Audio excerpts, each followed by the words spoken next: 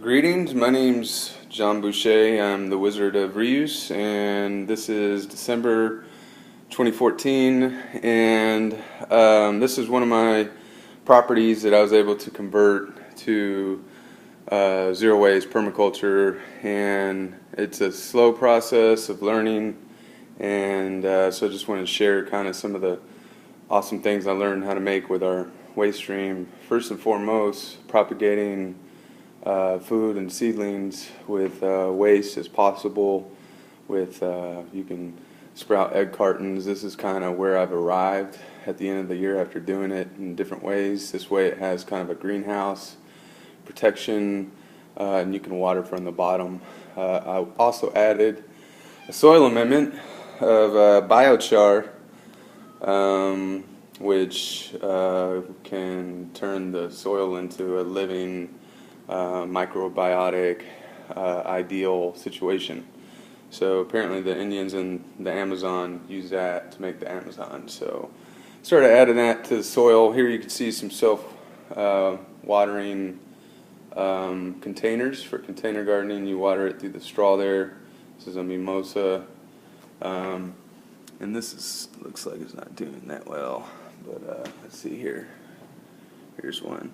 Something you really have to worry about, I found in this home, is the EMF waves coming from the Wi-Fi. It will stunt plants. So what I have here is an EMF device that I got from a vendor, and I also made my own from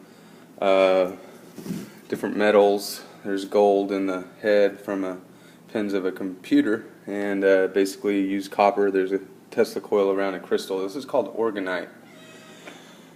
That's a video in itself, but definitely the EMF. You don't want to fry your, if you're in the middle of the city, you don't want to fry your plants with EMF waves. They can mutate your DNA, do all kinds of things. So this definitely, the game is set on hard. It is a very toxic environment.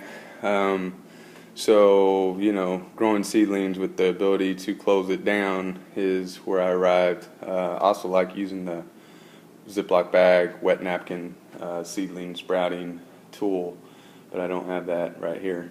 Also, buying bulk will reduce waste. Take our own old coffee grounds, and we're growing oyster mushrooms on the substrate. And I have 3 children, so we got lots of crown waste. We just melt them down and make these. Some of my relatives are like the wine, and they save these bags, and we make cork board. And then batteries, see a couple rechargeable, but you can recharge batteries that aren't even labeled that way with a device that I have purchased for about $30 on Amazon. So and then this over here in the corner is my organic computer made from bottle caps. It's called an Opele in Nigeria. And this corner goes more into my magical tools realm, and that's another video. As you can see outside in this little condo courtyard, we're catching water. The center is a composter slash table slash fire pit. You can see the food waiting to go in.